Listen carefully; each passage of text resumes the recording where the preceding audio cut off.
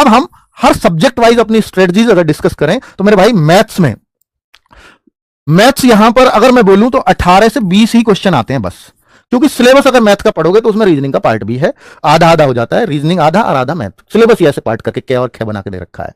तो जैसे 38 क्वेश्चन आते हैं तो 38 क्वेश्चन में से आधा मैथ आधा रीजनिंग, तो इसलिए मैंने 18-20 लिखा है। कभी 19 भी होता है, कभी 20 भी होता है, कभी 22 भी हो जाता है, किसी किसी पेपर में 22 भी हुआ था इसमें इस बार, ठीक है। और ये जो रीजनिंग है ये अपना पार्ट तो है ही इसका 37 क्वेश्चन का, 38 और 37 क्वेश्चन के पार्ट होते हैं ना, तो यहां 37 क्वेश्चन रीजनिंग के होते ही है, प्लस 19 क्वेश्चन ऊपर आ जाते हैं, तो ये 55-56 क्वेश्चन की बन जाती है।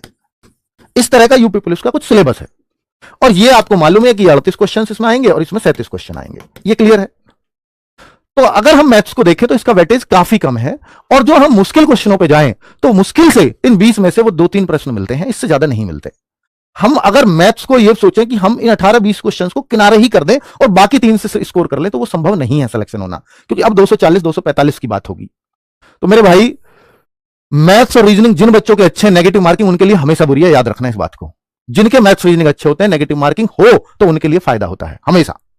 जिनका मैथ्स रीजनिंग में से कुछ खराब हो उनके लिए नेगेटिव मार्किंग ना हो तो अच्छा है, क्योंकि वो मैथ्स में भी तुक्का मार लेते हैं, और जिनका मैथ्स अच्छा होता है वो तब तुक्का नहीं मारते, अब तुक्के वालों के भी सही निकल सकते हैं, इसलिए कह रहा हूं ये नेगेटिव मार्किंग है ना।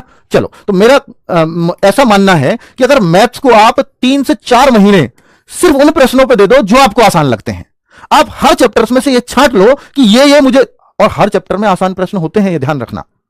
आप देखोगे कोई भी चैप्टर है उसमें से अगर आपको वो मुश्किल लगता है ना, तो 80% वो आसान प्रश्न उसमें होते हैं और 20% ही मुश्किल होते हैं।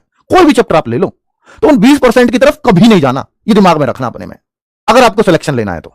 और मैथ्स कमजोर है तब कहता हूं ये बात। तो मेरे भाई आपको मैथ्स में ये मान लेना है कि मुझे गिनती के 15-20 सवाल करने हैं इस चैप्टर में, और उन्हीं को करना है बार बार। और एक एक चैप्टर में 20-20 तरह की टाइप है, आपको लगता है कि 4 तो मुझे कभी समझ ही नहीं आएंगी, तो उन 4 को हमेशा के लिए छोड़ दो। आपको हमेशा वही डिस्टर्ब करता है बस, क्योंकि आप उनके पीछे पड़े रहते हो, आपको लगता है कि यही एग्जाम में आ गया, तो इस वजह से आप मैथ्स कभी अच्छा नहीं कर पाते।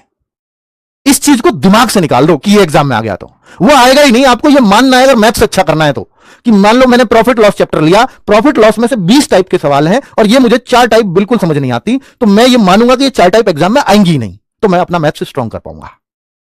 आप ये मानोगे नहीं ये आ गई, तो फिर उस तो का कोई जवाब नहीं, आपका मैथ्स कमजोर रह जाएगा बस। और अगर आपने 20 में से 16 टाइप कर ली, मान लो, और 16 आसान होंगी, वो 80% उसमें आती हैं, वो 16 100% आसान मिलेंगी, अगर आप समझने की कोशिश करोगे तो एक बार में समझ जाओगे। 16 अगर कर लिया और आपको मैथ्स कल को स्ट्रॉन्ग करने का मन हुआ, तो दिमाग में रहेगा 4 ही तो सीखनी है, फिर आप सीख जाओगे, उन 4 को भी सीख जाओगे। अगर समय बचे तो कर लेना, वैसे जरूरत नहीं है, यूपी पुलिस के लिए जरूरत नहीं है, क्योंकि हमें 20 क्वेश्चन में से 16-17 क्वेश्चन सही करने बहुत है, ठीक है। तो इतना करना आप मैथ्स के लिए। रीजनिंग किसी की भी कमजोर नहीं होती, बस प्रैक्टिस मांगती है। 55-56 क्वेश्चन की रीजनिंग है, इसलिए एक प्रण लो भाई रीजनिंग को भी रोज प्रैक्टिस में रखना है, चाहे मिनी मॉक के माध्यम से, चाहे फुल मॉक के माध्यम से, चाहे कोई प्रैक्टिस सेट्स के माध्यम से। कोई भी प्रैक्टिस सेट्स मार्केट में मिले, सब अच्छे होते हैं। रीजनिंग जहां मिले तुरंत लग जाओ, उससे मतलब लड़ना है साथ के साथ। जीएस सबसे बड़ा कंसर्न है ये बच्चों का, सबसे अच्छा किसमें मानता है बच्चा? इन दोनों सब्जेक्ट्स में। रीजनिंग हिंदी की टेंशन नहीं है, किसी को मैथ्स की टेंशन है, किसी को जीएस की टेंशन है। मैथ्स की थोड़ी सी कम इसलिए भी ले लेता है कि वहां 20 नंबर का है, पर 20 में से 15 सबको सही करने हैं, तभी सिलेक्शन होगा। अगर कोई ये सोचता है कि मैं मैथ्स में 5-6 क्वेश्चन तुक्का से सही करके मेरा सिलेक्शन हो जाएगा, कभी नहीं होगा, कभी नहीं हो सकता, क्योंकि आपका पेपर फिर 260 का रह गया। अब 260 में से 250 कैसे करोगे मुझे बता दो, जीएस वीएस में हो ही नहीं सकते, बताओ कैसे सिलेक्ट होगे? ये है कारण, इसलिए मैथ्स करना ही पड़ेगा।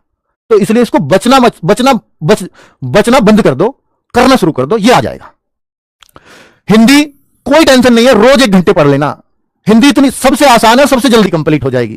कोई एक प्लेलिस्ट फॉलो कर लेना, और जिसने बहुत डिटेल में पढ़ा होगा ना उसकी बिल्कुल मत पढ़ना। हिंदी की जरूरत ही नहीं है कभी डिटेल में पढ़ने की यूपी पुलिस के लिए। उठाओ कांस्टेबल के पेपर 60,000 का उठा लो, 49,000 का उठा लो, या मैं कहूं कि वो 41,000 का उठा लो, जितने भी पेपर हुए सब उठा लो, कुछ भी गहराई से नहीं पूछा गया, कुछ भी। री एग्जाम उठा लो, उससे पहले जो एग्जाम कैंसिल हुआ उसको उठा लो। हिंदी में जो पढ़ा लिखा है, बहुत मेहनत करके गया है, वो भी 37 में से 35-34 करके आता है, ज्यादा से ज्यादा 37 कर देगा, 36-37 कर देगा। और जो नॉर्मल चीजों को भी पढ़ करके गया है, हर चैप्टर का आइडिया लेके गया है, और कुछ चीजों को बहुत ठीक से पढ़ करके गया है, बहुत गहराई से कभी नहीं पढ़ा, वो बच्चा भी, मैंने लास्ट में बच्चों को ये कहते कहते देखा है, सर आपकी 20 क्लास करी थी बस वो यूपी पुलिस के लिए, और वो भी फिर 40-40 मिनट की, उनसे पूरे 35 क्वेश्चन सही हुए, 36 क्वेश्चन सही हुए। ऐसे लास्ट में बच्चे को सिर्फ वही चीजें रहती है कि लिमिटेड पढ़ लो बस। तो इसलिए डिटेल पढ़ने की आवश्यकता ही नहीं है हिंदी को, ये दिमाग में रखना हमेशा। और जिसने पढ़ी वो फिर अपना बहुत टाइम इधर दे रहा है। कभी हिंदी मुश्किल नहीं आती, चाहे एसआई का उठा लो।